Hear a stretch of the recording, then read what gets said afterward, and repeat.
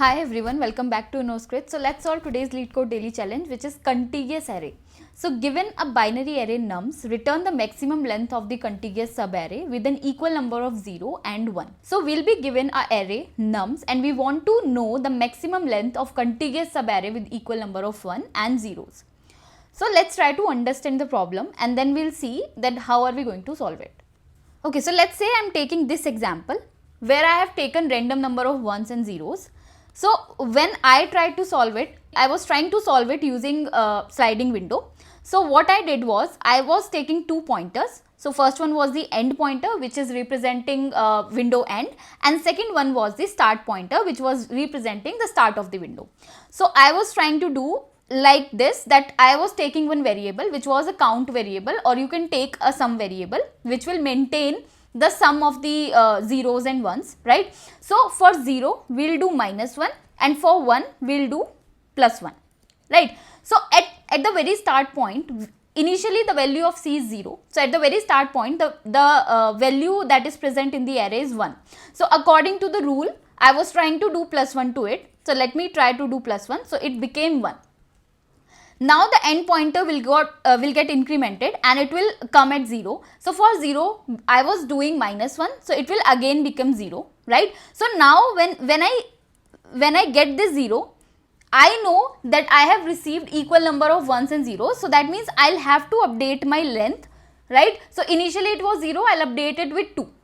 Right, I'll update it with 2, right? Now again I'll move my end pointer to the next element, which is 0, right? So for 0 again I'll do -1, right? And now we can clearly see that there is no condition which will clearly tell us that at what point the window is getting invalid, right? So if it is -1 or if it is any uneven number, we cannot say that at this time the window is invalid, because we can find the same number of ones which we are at currently in the number of zeros. We can find them in the future, right? So if I have 3 zeros, so I can later find 3 ones. It doesn't depend on this count, right? So that's why the sliding window will not work at this point, because we don't have any such condition which will clearly tell us that the window has become invalid. Now we can start shrinking our window, right? But for sliding window, we need that condition to update or to get our answer, right? So the second approach will be using HashMap, right? So let's try to understand that. So for the HashMap also, I'll follow the same rule. For 1, I'll do +1 and for 0, I'll do -1, right? Now what I'll do, I'll create a map and initially I'll put one value which is 0, and corresponding to this 0, I'll put -1 to it, right? I'll also take one sum variable which will be initialized to 0, right? Now I'll start my pointer from the 0th index. So this is 0, this is 1. I'll start my pointer from the 0th index. So let's say I'm calling it as I. So initially I got 1. So I'll do +1. So I'll do +1 to my sum. So we'll go to the map and we'll check whether the 1 is already present. So 1 is not present. So we'll put this 1 corresponding to the index of this, right? So I'll put 1 as a key and 0 as a value. Now I'll move my pointer to the next element. So the next element is 0, right? Next element is 0. So according to the rule, I'll go and do -1. So it will become 0. Now I'll again go back to my map and I'll check whether I have already seen 0. Yes, I have seen 0 because I already put a default value with key as 0 and value as -1. So now 0 is present. So I am currently at index 1. Right, and corresponding to this value 0, I have -1 as a value. So what I'll do minus, right? So I'll do 1 minus -1 and I'll get 0, right? That means I have a window or I have a subarray of size 2 which have equal number of ones and zeros, right? So I got one answer which is 2. So let me update my length with 2. Now I'll again move my pointer to the next element. So now I am currently at 0. So I'll again do -1, right, because 0 represent -1. So I'll go again to the map and I'll check whether -1 is present. So -1 is not present. I'll put it in the map with the corresponding index. So it will be with value 2. Now I'll again increment my pointer. So I am currently at 0. So again I'll do -1. So I'll get -2. -2 is already -2 is also not present in the map. So I'll put -2 corresponding to the index 3. I'll again increment my pointer. Now the value is 1. I'll do +1. So I'll get -1. So at this point, I have already seen -1. I'll go to the map and I'll check whether -1 is present. So -1 is already present in the map, and there is a value corresponding to it which is 2, right? So what we did earlier, so at whatever index we are at currently, so I'll do 4 minus whatever value is present corresponding to -1 in the map, which is 2, right? So 4 minus 2 is 2. So I'll try to go and check my length whether we got a greater length. So we didn't get the greater length, so we'll not update it. It remains 2 only. Okay, so now I'll move my pointer ahead. So I got 1, so I'll do +1 to it, so we'll get 0. We'll again go to the map and check whether 0 is already present. So we have 0 in our map. So again we'll do the same thing. 5 minus -1, which will give us 6, right? So now if we'll try to look at this window, we have equal number of ones and zeros, 3 ones, 3 zeros. That means we got a length which is greater than my current length. So we'll go and update our length with 6.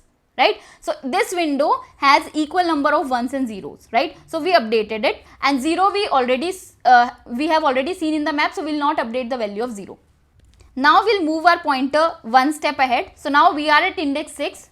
We'll do +1. So we got 1. Have we already seen 1? Yes, we have already seen 1. So we'll do the same thing. 6 minus 0, whatever value is present in the map, we again got 6. So we'll not go and update our length because it is already 6. So we'll again move our pointer one step ahead. So now we are at 7. We got 0. We'll again do -1. So we got 0. So 0 we have already seen. So we will do the same thing. 7 minus -1. So we are going to get 8 this time. Right? So let's try to see whether there is a subarray with length 8 which have equal number of ones and zeros. So if we look at this window or this subarray, so we have 4 ones and 4 zeros, right? So we'll go and update our length with 8, right? Now we'll again increment our pointer, so we'll get 1. 1 we have already seen, so we'll do the same thing, 8 minus 0, which is 8, right? So maximum answer for this particular example is going to be 8 only, right? So now I hope you understood the approach. Let's try to discuss the steps. I'll write the steps so that you'll understand it better, and then we'll code it. So the very first step was we'll create a map, right? And we'll put 0 with the value -1 in the map as a default key value pair, right? Second step will be we'll try to iterate over the nums array, right? We'll try to iterate over the nums array. We'll maintain one sum, right? And for 0, we'll do -1, and for 1 we'll do +1, right? If the value of sum is in map, we were fetching the value which was the index, and we were doing I minus whatever index was there, right? And we were trying to update the length if it is maximum, right? So maximum of this value comma length. And if the value was not present, we were putting it in the map. So map dot put, right, sum comma I. And finally at the end we were returning the length. So these were the steps which we discussed, right? So I hope you are clear with all these steps. So now let's try to code it. So first of all, we'll be needing a map in which we will store sum as a key and index as a value. So I am calling it as sum index map. So we'll create a hash map. So this is a very first step. I have created a map and I want to put a default key value pair which is 0 as a key and -1 as a value. So sum index map dot put will put 0 as a key and -1 as a value. Now we need two variables, sum which will be initialized to 0 and a length which will be the maximum length of the subarray as 0. Right, and we'll keep on iterating over each of the element in the array. So int I equals to 0, I should be less than nums dot length I plus plus. Now what we were doing, we were incrementing or decrementing our sum depending on what value we get at the index, right? So we'll do the same thing. If our nums I is equals to 1, we were incrementing our sum by 1, else we were decrementing our sum by 1. So if it is 0, we'll do -1. If it is 1, we'll get +1. Right. Now we'll check whether this sum is already present in the sum index map. So sum index map dot contains key. sum. So if it is present, we'll do something, else we'll do something, right? So if the value is present, that means we have already seen a sum and an index corresponding to it. So we will update our length, which is max length. So max length will be maximum of whatever current max length we have, comma whatever index we are at currently, minus whatever we get from the map, right? So sum index dot get sum. So we'll do this.